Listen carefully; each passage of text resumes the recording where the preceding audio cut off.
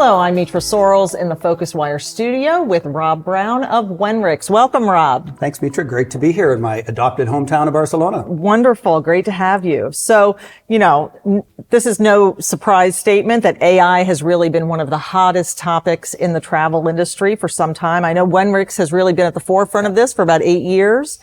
But activity and implementation are certainly accelerating in recent times. Why do you think we're seeing it move from discussion to action? Yeah, good question.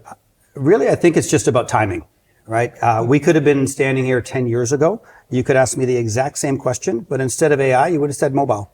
Yeah. Right? Yeah. I think we're at an inflection point right now with AI where the capabilities and the maturity have gotten to a point that it just makes sense for people to get on the bandwagon, right? And you've got the big boys out there, the Expedias, the Bookings, the CWTs, most of our big customers that have validated that AI works and is here to stay. And that gives the rest of the industry, I guess, the comfort to come along as well. And listen, at the same time, we're seeing a squeeze in the market for a lot of agencies. And many people have to make that difficult decision between profitability and customer experience. And I think AI is seen miraculously as being able to, you can have your cake and eat it too. Yeah. Right? At Wenrix, we're really trying to solve that dilemma. We have customers that are using our predictive price assurance product to increase their revenues, but at the same time, using our search and flexibility products to increase customer experience, but then also using our Agent AI and Agent Booster to be able to give a lower cost of service and better customer service. So I think that's why we're moving from AI as a discussion to actual deployment. Yeah, there's so much potential with it, I think, that people are tapping into. So what would you say makes adopting AI so challenging for travel companies, particularly the online travel agencies, the travel management companies?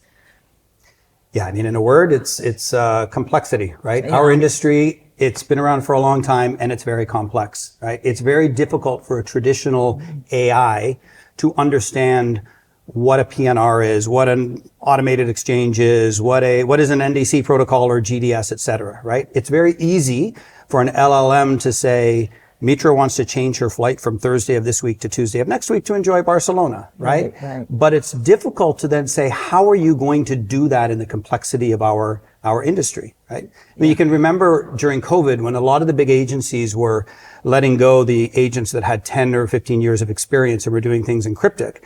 And then when they were trying to hire again and bring in new agents, listen, if it's difficult to train a human intelligence, it's even more difficult to train an artificial intelligence in the same way. I mean, you've got a few companies that are using the brute force method, right? They kind of use the LLM to understand what the customer need is, but when it comes to actually delivering on it, a lot of the times it's sitting in front of an agent and they're doing it the old school way. Right.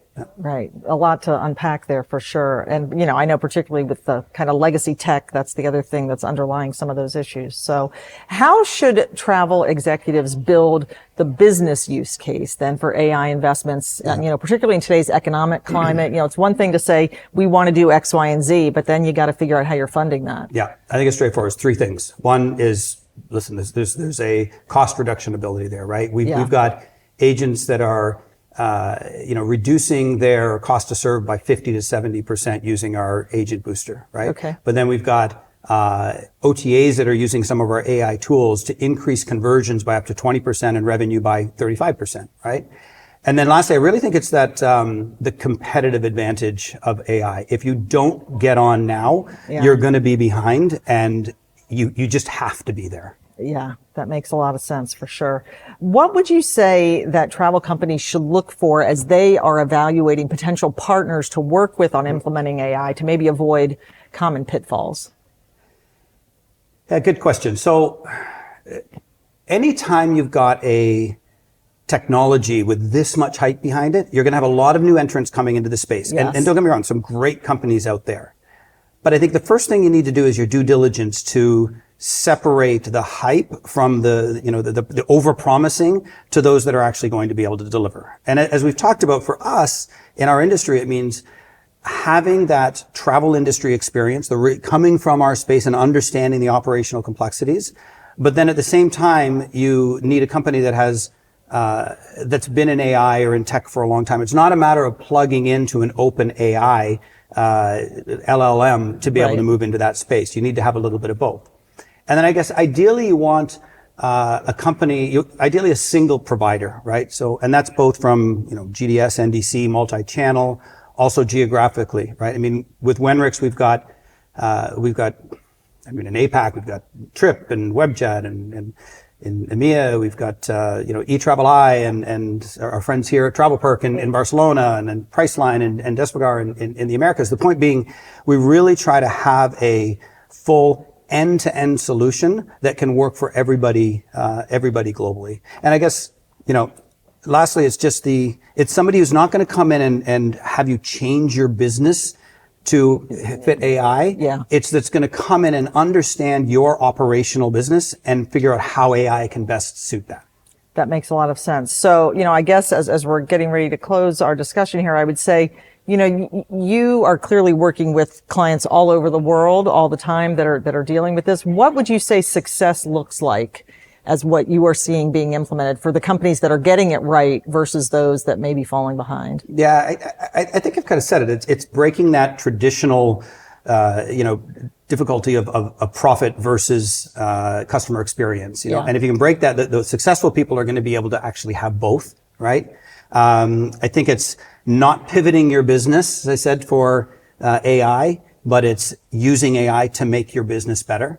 And it's really, doing it now. You've got to be doing it now, have that competitive advantage, because the laggards are going to see continuing margin deterioration and customer deterioration, right? I mean, I guess our objective as a business, we've got 50 plus customers globally, is to make sure that they're using our AI tools to be one of those leaders rather than one of the laggards. Yeah. Well, I'm sure the things are moving so fast. I look forward to maybe catching up with you again in a year, and hearing some of these success cases. And maybe what the next technology is. Right. Who knows, as fast as it's going. Rob Brown from Wenrix, thank you so much. Thank you, Mitra. All righty. Thank you.